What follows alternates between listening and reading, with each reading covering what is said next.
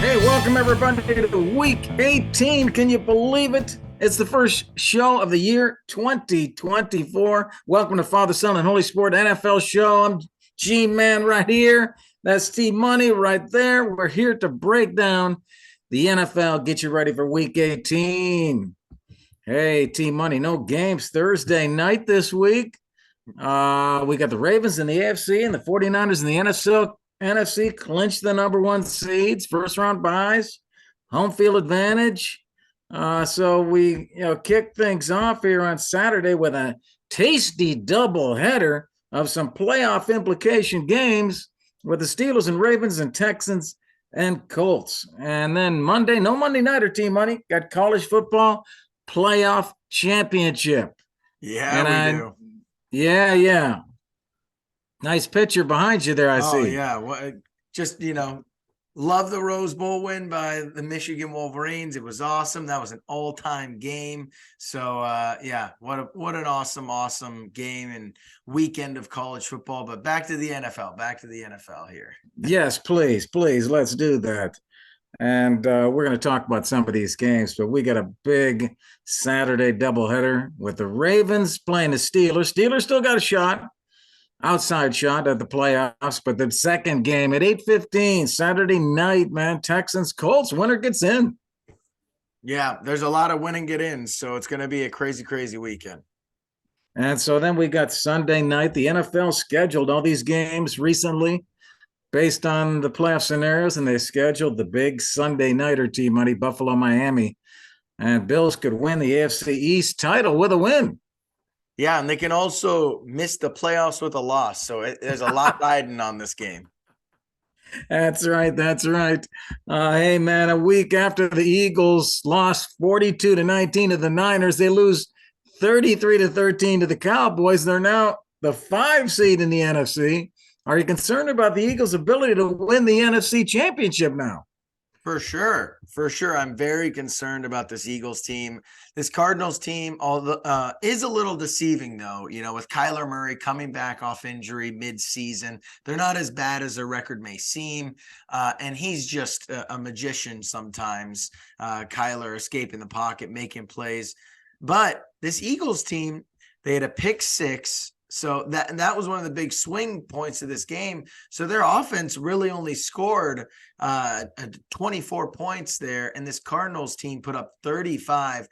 Anyone is able to run on them. Anyone is able to pass on them right now. Every quarterback seems to be throwing for 300 plus yards and multiple touchdowns. Sam Howell's doing it. Kyler Murray's shredding them up.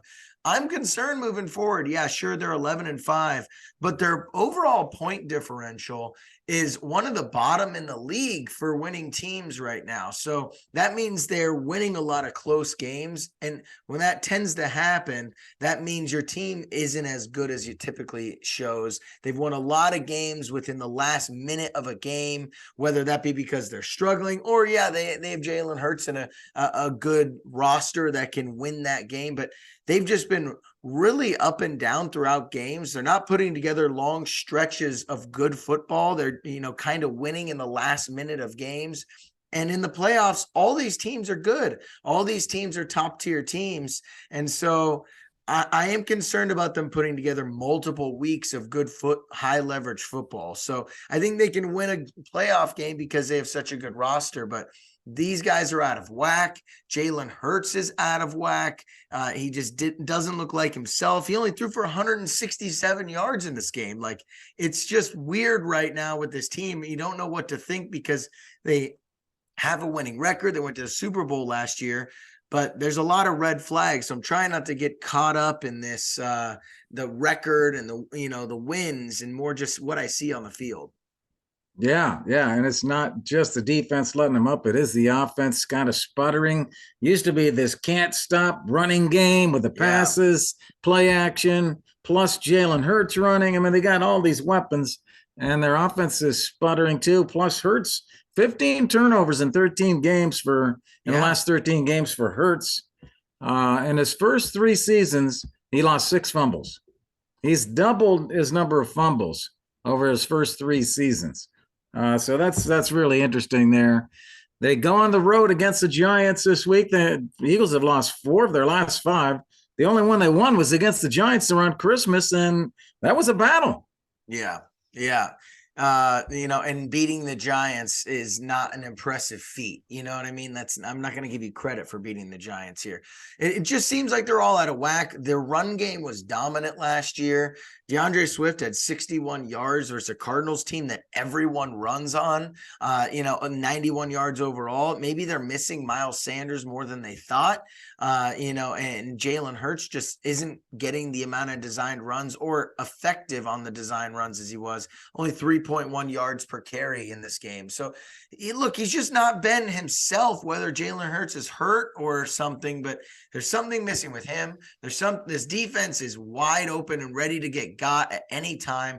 They clearly are missing their 2 coordinators, Gannon, who is now the head coach of the Cardinals. So that was a big win for him. And then Shane Steichen, who's got the Colts rolling, the offensive coordinator, they miss him. So I think that has a lot to do with it as well. I am very concerned moving forward with these guys. I don't know what to think. They're going to be favored in every playoff game that they're in, other than playing the Niners. And so I really don't have, big expectations, but I am very wary of betting on this team or relying on them to do anything special this postseason. And you got one of the top quarterbacks we're talking about here in the NFC. We go over to the AFC, the top quarterback there, Lamar. We talk about all these teams who are going to win the AFC this year, who's going to get that number 1 seed, and it's the Ravens who get the number 1 seed, led by Lamar. What an accomplishment by this team. He looks like a lock for the MVP, right? Yeah. And they're probably going to sit him this week. It's a very odd year.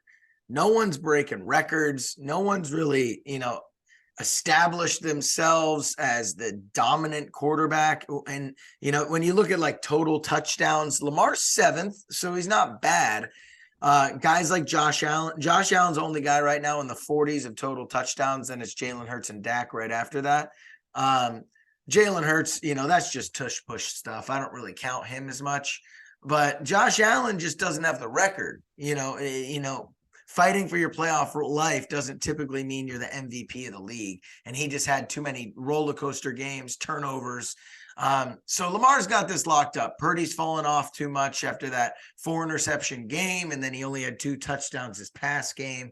It's a weird year. Lamar's got this locked up. He clearly is one of the most valuable guys in this league. He's just, when you watch the games and the effect he has on it and his ability to scramble, and, he lost his best pass catcher, Mark Andrews. He's had 3 running backs hurt throughout the season. His defense is up and down. This team is legit now. They're healthy. They're rolling. Zay Flowers has turned into a star. And Lamar's the engine that makes this thing go. He is. And you look at the Chiefs versus the Ravens, look at those offenses. And, Lamar really doesn't have that great of weapons either, especially with Andrews out. And neither do the Chiefs. Neither of them really have great weapons, but Lamar's making this go, and he's been such a leader and a great runner himself. So great job by Lamar this year. The Ravens host the Steelers. Steelers trying to get in. They'll be battling. Ravens probably resting their guys this week as we get ready for the playoffs, and the Ravens will be sitting at home waiting for people to come to them. Yep. And let's go to talk about one of their rivals that's still alive, the Browns. They're locked in at the 5 seed in the AFC, regardless of whether they win this weekend. They become the first team in NFL history, Team Money, to reach the playoffs, having 4 different quarterbacks make multiple starts, and now it's Joe Flacco. Can he lead them on a deep playoff run? Yeah, I think they can win a playoff game for sure. They're going to get probably the Jaguars in round 1. They can easily win that game because they already did it. They already played Jacksonville 4 weeks ago, and they won the game 31-27, and Trevor Lawrence is banged up. That second round is going to be tough. You're probably going, like to Kansas City or, to Miami. That Miami game, I think they could get them. That would be very, very interesting. But look, this Browns team is elite. They have the best defense in the league. Joe Flacco is playing like a man possessed. So, that it would be wild if, they win that game, the Browns win that first game, and they probably end up going to the Ravens, and Joe Flacco's going to be quarterbacking the opposite team. That's going to feel super weird. But look, this Browns got a good defense, and if Joe Flacco continues to play like he's playing, he's thrown for the most touchdowns and most yards over the past 4 weeks. And now they technically get a bye, can rest his old man bones. This Browns team is low-key dangerous. I don't know what to say. No, that's right. That's right. They are. And they have beat the Ravens, remember, and they beat the Jags. But they have not beaten the Chiefs, the Bills, or the Dolphins. The other guys that they could end up going on the road playing. But Flacco has been really the key here. And if the Browns can get their defense back, they've kind of lost that defense that was so dominant earlier in the season. It's okay now. If they can get back to where they were at the beginning of the season or midseason with that defense, they could really be tough to beat. Yeah, it's just been impressive to see what this team's done. Flacco's thrown for over 300 yards in 4 straight games, over 250 yards in 5 straight games. It's impressive. They are a legit team. Kevin Stefanski, what he's done with this team and all the quarterbacks who've started is impressive. This team definitely can make a run. And what a matchup it would be. Browns-Ravens round 2. Joe Flacco going to Baltimore to try to spoil that season. That would be pretty crazy. So, I definitely think the Browns got the tools for this. I think it all hinges on Joe Flacco. If he's going to be this 300-yard passer, he's behind one of the best offensive lines, which is great for him as the old man. But he looks rejuvenated, and if he can continue to play like this, they are a very dangerous team. And Browns will get a little rest this Sunday. They play at the Bengals. Bengals favored in this one. Neither team has anything to play for, and the Browns are going to rest up and get ready for the playoffs. Hey, thanks to our show sponsor, Blue Tees Golf. Go to blueteesgolf.com. Find affordable, high-quality golf products as you get something for Christmas for your friends. Hey, enter the coupon code FSHS. Get 10% discount on your full orders. blueteesgolf.com.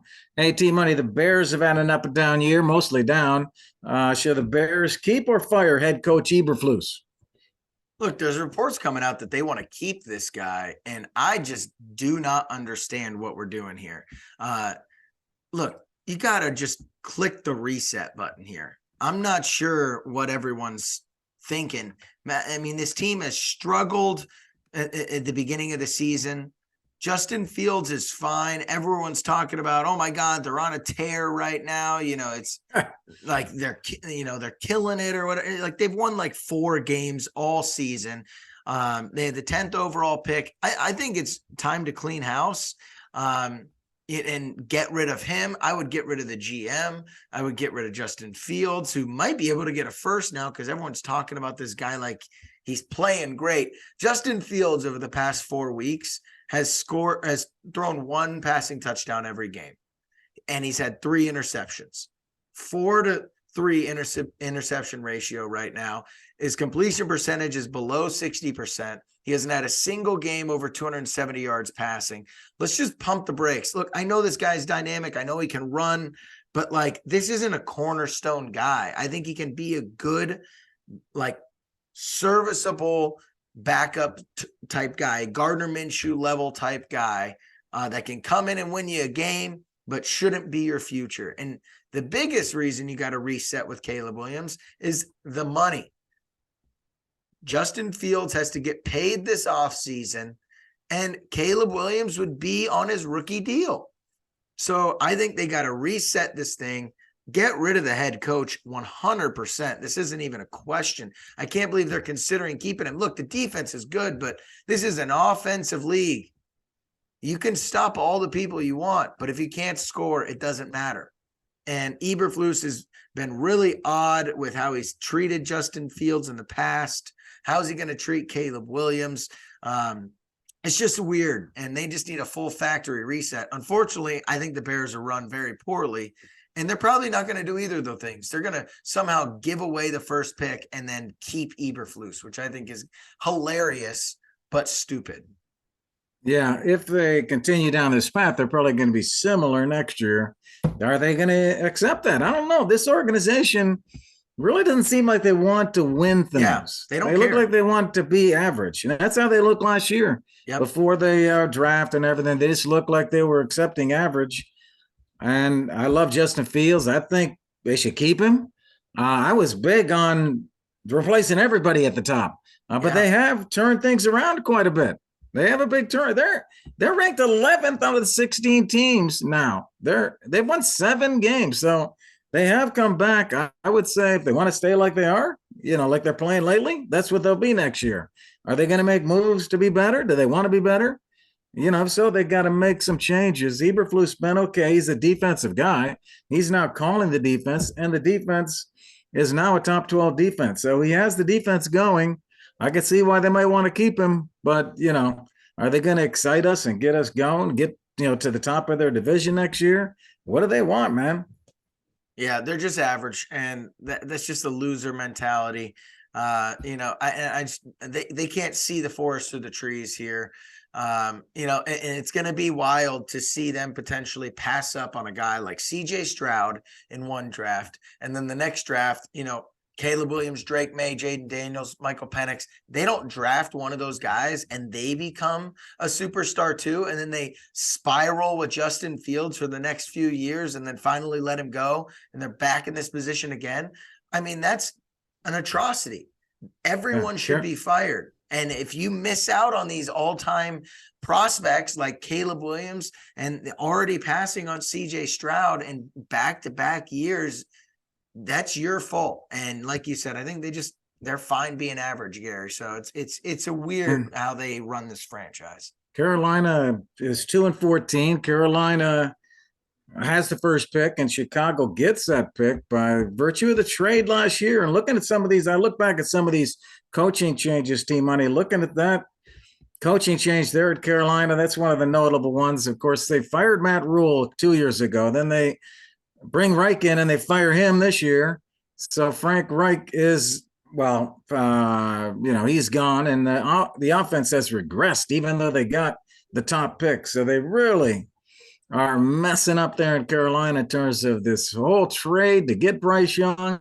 The coaches that they've brought in really mess things up. Whereas you're looking on the other side of the coin, Houston, if you look at Houston and the moves they've made in a similar kind of situation, they fired Lovie Smith last year. They bring in a new coach who has done excellent.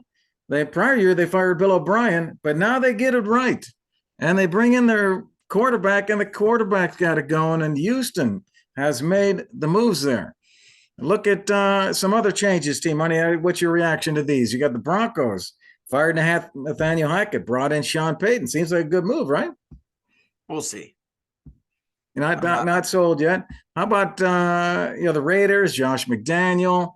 They fire McDaniels and they fire the GM. Antonio Pierce comes in, fires the OC. What's your view on that? Those changes. Josh McDaniels trash. Great move. Yeah, AFC Chargers fire Brandon Staley. He's 24-24 over his career. Finally let him go, and they fired the GM also. Yeah. Any reaction? Good. Makes sense. Yeah. We got 2 AFC teams that fired their OCs. The Bills fired their OC, and the Steelers fired their OC this year. Both great moves. Okay. All right. So the guys on the hot seat, Team Money, look like maybe Ron Rivera, the Commanders, Bill Belichick of the Patriots, and Arthur Smith of the Falcons. Anyone light your fire more than another out of those 3 that should be gone? Arthur Smith should be gone. Ron Rivera, they won't fire Arthur Smith. Ron Rivera's going to be gone. He's sitting duck. So, yeah. Yeah. All right, man. Hey, that's good. That's good stuff. Good stuff. Coaches on the hot seat. Going to be a lot of changes coming up here as we move through Week 18. And let's move over to talk about the Chiefs. The Chiefs, we both thought would win that AFC this year, have had a tough time. They got the much needed win last week. They've now won 2 of their last 3. Do you feel better about their potential now in the playoffs, Team Money? I feel the same I felt after, I'm glad they won this. They clinched the division. They actually get a bye themselves because they're locked into the 3 seed no matter what. So they get a bye, which is nice, maybe to rest up and think about, how this offense can resurge. Look, they're going to be dangerous in the playoffs because, they've been dangerous in the playoffs for years. They can clearly get this offense going at any point. They have drops. They're making bad play calls, bad decisions. They have turnovers that are killing them. They were down 10 to this Bengals team that had thrown in the towel, it seemed like. And, their defense is good enough to win a championship. We're all just concerned about their offense. I feel better because now they get a bye. They can relax. They won the division.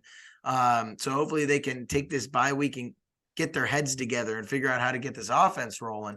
But look, I think they're second or third best team in the AFC, and it's just a weird year. I don't really know how to feel about any of these teams. There's no one I feel extremely confident in other than the Niners making the Super Bowl. Like, that's it. Yeah. Well, if the Bills win this Sunday night, which they're favored to, they looks like they will go to Kansas City in the first round of the playoffs. That is going to be exciting right there. And then if Kansas City happens to win that, they're going to go on the road. They're 2-2 in their last 4 road games. They've lost at Denver. They've lost at Green Bay. So they're going to have a challenge going on the road in that second round if they get by the Bills. Yeah, that'll be interesting. That's going to be a crazy matchup. The Bills, Kansas City seems to be the rivalry right now that everyone enjoys watching. It's just high flying, and there's a lot of hate on both sides. Josh Allen hasn't beat Patrick Mahomes in the playoffs yet. He's done it in the regular season, so it would just be an epic matchup for sure. Hey, moving over to the NFC, the Cowboys, they beat the Lions by 1 point. They clinched the home playoff game and the 2 seed in the NFC. Everything moving all right for the Cowboys. Are they lucky or are they good, T-Money? Oh, man, I do feel bad for the Lions. That's just a tough loss. The ref clearly messed up the call. They told them in the beginning of the game they're going to be sending multiple people all the time and declaring different guys to confuse the Cowboys throughout the game. And look, they ended up confusing the ref. They sent 3 guys over there. One guy said, "I'm declaring," and the ref called the wrong number. At the same time, the Dallas might have covered number 68 if the ref had reported him eligible. So it's just a weird thing. Look, you can't change anything about it. The Cowboys definitely got lucky, clearly. Mike McCarthy with another gaffe, time management, passing at the end of the game, giving the Lions even a chance to go down the field. But look, right now the Cowboys are the 2 seed, and it's crazy. They're playing the Commanders this week. It looks like they might have an easy shot at this 2 seed. That means everything other than playing the Niners goes through them, and that's exactly what they want. So this Cowboys team's shaping up. They're great at home, and they can hopefully coast to the 2 seed here. So, yeah, they got lucky. At the end of the day, it doesn't matter. The NFL is not going to change the outcome of the game. That's on the ref that messed that up. But, good for the Cowboys. Huge win, winning that division potentially. It was just unfortunate for the Lions, who were still kind of chasing that 1 seed. But, hey, Lions, you made the playoffs. Remember, it's been a very long time since you've done that.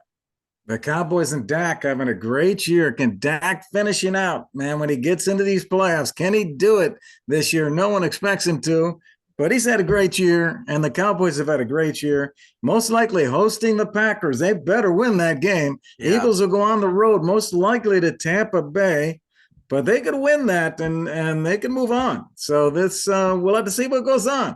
Hey, let's go on to big bets, man. Let's give some bets to some of our fans here. We appreciate y'all being with us here. Week 18, the first week of 2024. Let's shift gears here. We're going to give you our lock pick of the week, our dog lock, which is our best underdog play, and we're going to give you some player props, baby. Father Son Sports, 68% against the spread this year. That includes accuracy against the spread on games, plus player prop bets. Hey, let's go to our lock pick of the week, team. You got a lock pick for us? Oh man, I've been back and forth on this one all day, so maybe my heart's just not in it. Ah, Look, I had the Dolphins +3 written down, and I'm just not sure. The Bills crushed them before, and I don't know if they can win this game or not. So I've been leaning, the Packers -3. I think that they have just been playing really well lately. They at home versus Chicago. I know Chicago's on a bit of a tear here, but that defense is really good. The Packers' weapons is good. Jordan Love secretly having a phenomenal season, throwing for over 30 touchdowns. He's got 34 overall, tied for third in the NFL. So this guy's really come on of late. So I like the Packers -3 here to cover versus the Bears. So that's where I'm leaning. I was liking the Dolphins, but just couldn't get myself to pull the trigger after them getting the massive beat down they had versus the Ravens and previously versus Bills team. well, that goes from a lean to a lock because I just locked it in, man. Green Bay -3 for team money. G-Man is going to go to Gillette Stadium in Foxborough, Massachusetts, where Robert Saleh goes against the Patriots. Saleh, did you know, team money, 0-5 straight up and against the spread when he plays the Patriots. In those 5 games, the Jets offense has scored 13 points or less in 4 of those of 5. And by the way, the Patriots have 15 straight wins over the Jets in those games. They've gone 11-4 against the spread. Give me the Patriots, man. 2.5 is okay. I'll give you the 2.5. Patriots to cover against the lowly Jets for my lock pick of the week. All right. That sounds good. My dog lock of the week here. I'm going Rams +3.5. It was 4. It's at 3.5 now versus the 49ers. All right. Look, the Niners have this thing locked up. They are already the 1 seed no matter what. Christian McCaffrey will not play in this game. They're going to rest him. He's just been banged up and a workhorse all year. I would be surprised if Brock Purdy played more than a half. And these Rams are rolling right now. Yeah. The Rams are on fire. Kyron Williams is a beast. Stafford looking like a younger self right now. I like the Rams a lot. One of McVay's best coaching years ever. It's just impressive what they're doing. They're going to be dangerous in the playoffs. And Sean McVay quietly has Kyle Shanahan's numbers when you look at their overall record head-to-head. So I like the Rams in this spot to win outright. Give me the dog lock Rams +3.5. Okay, T-Money. Good. We got you down. I'm going to go to 2 teams that are still in the hunt. They're playing at the Superdome in New Orleans. Atlanta coming in. The Saints at home, favored by 3. Did you know the Saints are 3-10-1 against the spread after a win since the start of last season? They are inconsistent, and they're just 3-8-1 against the spread as a favorite this year. The Falcons beat the Saints, T-Money, in November 24-15, 9-point win. I'm going to take the Falcons +3, okay, for my dog lock pick of the week. All right. And now let's go to the best betting segment around here, and that's G-Man's player prop of the week. What you got, G? You've been hot lately. What you got for us? Yeah, let's go. We're wrapping up the show here with our player props. No fantasy show this week. Hey, 14-3 the last 5 weeks in our player props. We hit 2 out of 3 last week, and we got 3 more for you this week. I'm looking at the big games. Some of these games you got to watch out, guys. Watch out for players not playing. Watch out for weather. But I'm looking at some of the games that mean something here. Houston versus Indy. Looking at C.J. Stroud here, over 257 passing yards. Before his injury, he went 5 games in a row, over 274. The last time they played Indy, you ready for this? He threw for 384. Go over 257 pass yards on C.J. Stroud. I also like 2 more touchdown scorers. The first touchdown scorer is right behind me. JT, rushing or passing, just go touchdown. He's scored at least 1 touchdown 5 games in a row. He's going to get another one in this big game versus Houston. The other touchdown scorer I like, running for a touchdown, Josh Allen. He's rushed for at least 1 touchdown in 9 of his last 10 games. You know he's going to run it in. Versus Miami. Big game versus the Dolphins. If the Bills lose, they could fall all the way out of the playoffs, as Team Money said. So they need to win this. And when Josh Allen needs to win, he's going to run it in, or he's going to do a quarterback sneak from the 1. He'll get a touchdown, cover that one up. All right. I like it. All right. Yeah. All right. Let's go then. That's it for today's show. Quick show for y'all. Hope you have a great 2024. Wishing you all the best from Father Son Sports. Thanks for your sponsorship, Blue Tees Golf. We hope you had fun. Got some tips for NFL Week 18. We love bringing you the energy on behalf of Team Money. I'm G-Man. See you next week. All right. Peace.